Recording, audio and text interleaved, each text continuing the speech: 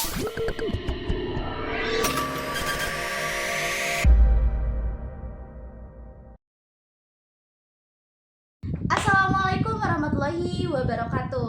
Halo semuanya, bertemu lagi dengan saya Alia Aditya, mahasiswa PGSD tingkat 2 Universitas Muhammadiyah Tasikmalaya. Di sini saya sudah bersama dengan narasumber kita pada kali ini. Beliau bernama Ibu Tia, beliau sebagai guru di SD Negeri Cideeng.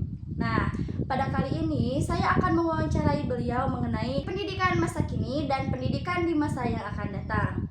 Baik, tanpa basa-basi, kita langsung ke pertanyaan yang pertama. Yang pertama, bagaimana pandangan Ibu mengenai pendidikan masa kini, terutama di bidang teknologi yang semakin berkembang? Menurut saya ya, dengan adanya teknologi yang berkembang, pendidikan zaman sekarang sih ya, ketika proses pembelajaran berlangsung, guru sangat terbantu dengan adanya teknologi. Karena apa? Karena ketika guru menjelaskan, guru bisa menggunakan teknologi untuk memudahkan siswa mengerti ketika proses pembelajaran. Namun masih banyak sih tantangan yang terjadi ketika proses pembelajaran dengan penggunaan teknologinya. Jadi tidak mulus 100% lah gitu. Baik Ibu, menurut apa yang Ibu rasakan itu tantangannya itu seperti apa Bu? Apa saja gitu? Kalau menurut saya tantangannya tuh yang pertama, jadi guru sebagai pendidik itu harus belajar untuk terus mengasah, secara kan teknologi itu berkembang. Jadi gurunya juga harus update skill tentang kemampuan bagaimana menggunakan teknologi tersebut. Yang kedua ada sarana dan prasarana sekolah. Kebetulan di sekolah saya Infokus itu baru ada 2. Jadi yang pertama ada di perpustakaan, yang kedua itu bisa di portable lah, bisa dibawa kemana saja. Hanya saja kan karena ada 2, sedangkan kelas ada 6, penggunaannya masih belum maksimal ketika proses pembelajaran. Kadang rebutan juga, misal kelas 5 di perpus, yang portable di kelas 4, berarti kelas 6 kan harus mengalah. Jadi tidak selalu penggunaan teknologinya bisa digunakan seperti itu. Terus yang ketiga itu ada koneksi internet. Jadi kan di sana memang ada wifi, tapi wifi-nya itu belum mencakup seluruh kelas gitu. Jadi misal kelas 6 sampai, tapi kelas 5 karena jauh dari jauh dari jangkauan, sinyalnya tuh lelet, jadi gak masuk. Mau memperkenalkan YouTube atau penggunaan kuis online seperti Wordwall atau Quizizz itu masih kurang maksimal. Seperti itu sih, ada 3 intinya. Baik, mungkin seperti itu ya tantangan. Kalau dalam permasalahan belajar digital itu ada nggak Bu di sekolah? Ada sih, kan kalau sekolah saya masih bukan termasuk kotak ya, jadi pembelajaran lewat daring itu masih belum bisa dilaksanakan. Pun misal tugas lewat WA nih, itu kan sudah termasuk dalam jaringan, itu belum maksimal. Soalnya maaf, di sekolah saya itu belum semua punya HP gitu. Ada HP tapi misal punya orang tuanya kan tidak 100% gitu, jadi masih sulit lah gitu. Lanjut ya Bu, menurut pandangan Ibu mengenai pendekatan pembelajaran yang sudah ada itu cukup fleksibel atau relevan belum dengan keseharian siswa? Kalau menurut saya itu sudah relevan ya. Secara kan pendekatan itu ada yang bersifat pada peserta didik, yang berpusat pada peserta didik, dan ada juga yang oleh guru. Tapi kan sekarang karena sudah adanya teknologi, guru juga sudah update skill, pembelajaran itu lebih memusatkan kepada peserta didik. Jadi si anak yang mulai mencari tahu, mulai bereksperimen, lalu bersama-sama menyimpulkan. Jadi karena berpusat pada peserta didik, guru itu tidak menyuapi materi saja, tapi si anak mencari tahu lah begitu. Jadi pendekatannya sudah relevan lah gitu. Baik Ibu, untuk selanjutnya apa saja yang perlu diperhatikan dalam memilih metode mengajar agar kompetensi pembelajaran dapat tercapai secara efektif dan maksimal? Jadi yang harus diperhatikan ketika akan mengajar sehingga KD-nya itu bisa tersampaikan ya.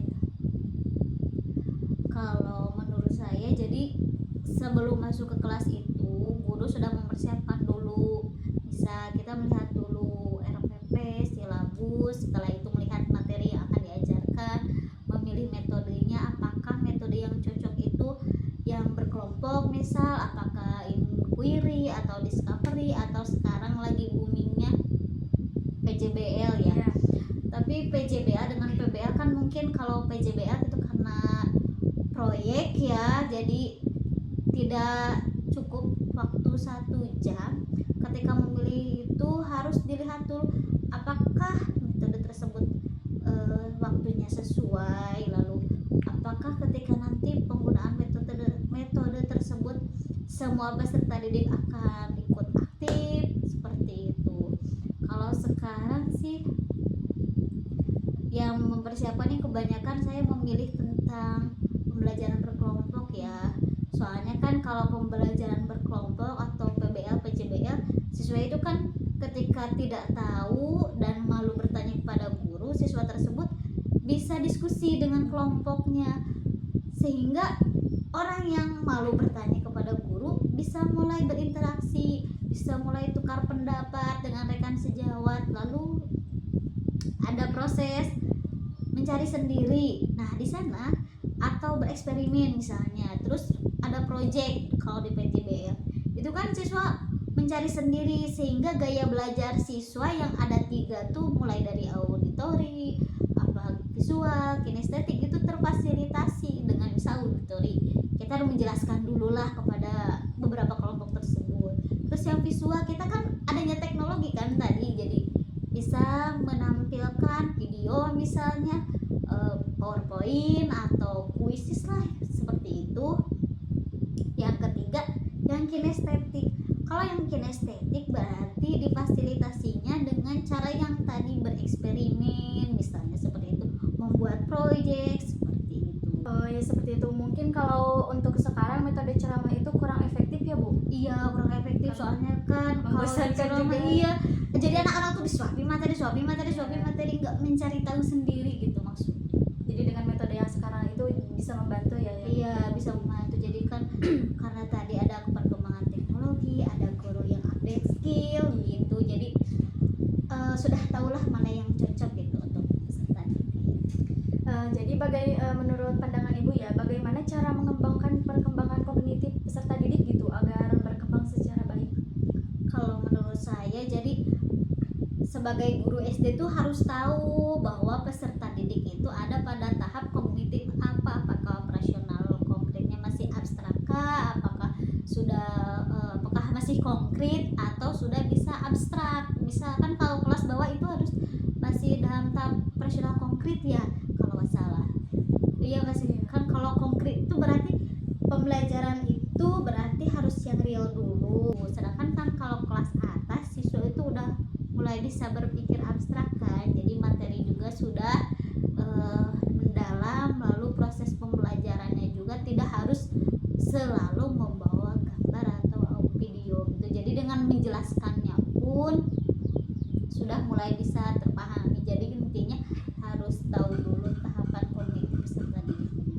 Nah, setelah apa yang Ibu alami, Ibu rasakan, Ibu hadapi juga tantangan di pendidikan masa kini, apa saja sih harapan Ibu untuk pendidikan masa yang akan datang ke depannya itu bagaimana gitu harapan Ibu?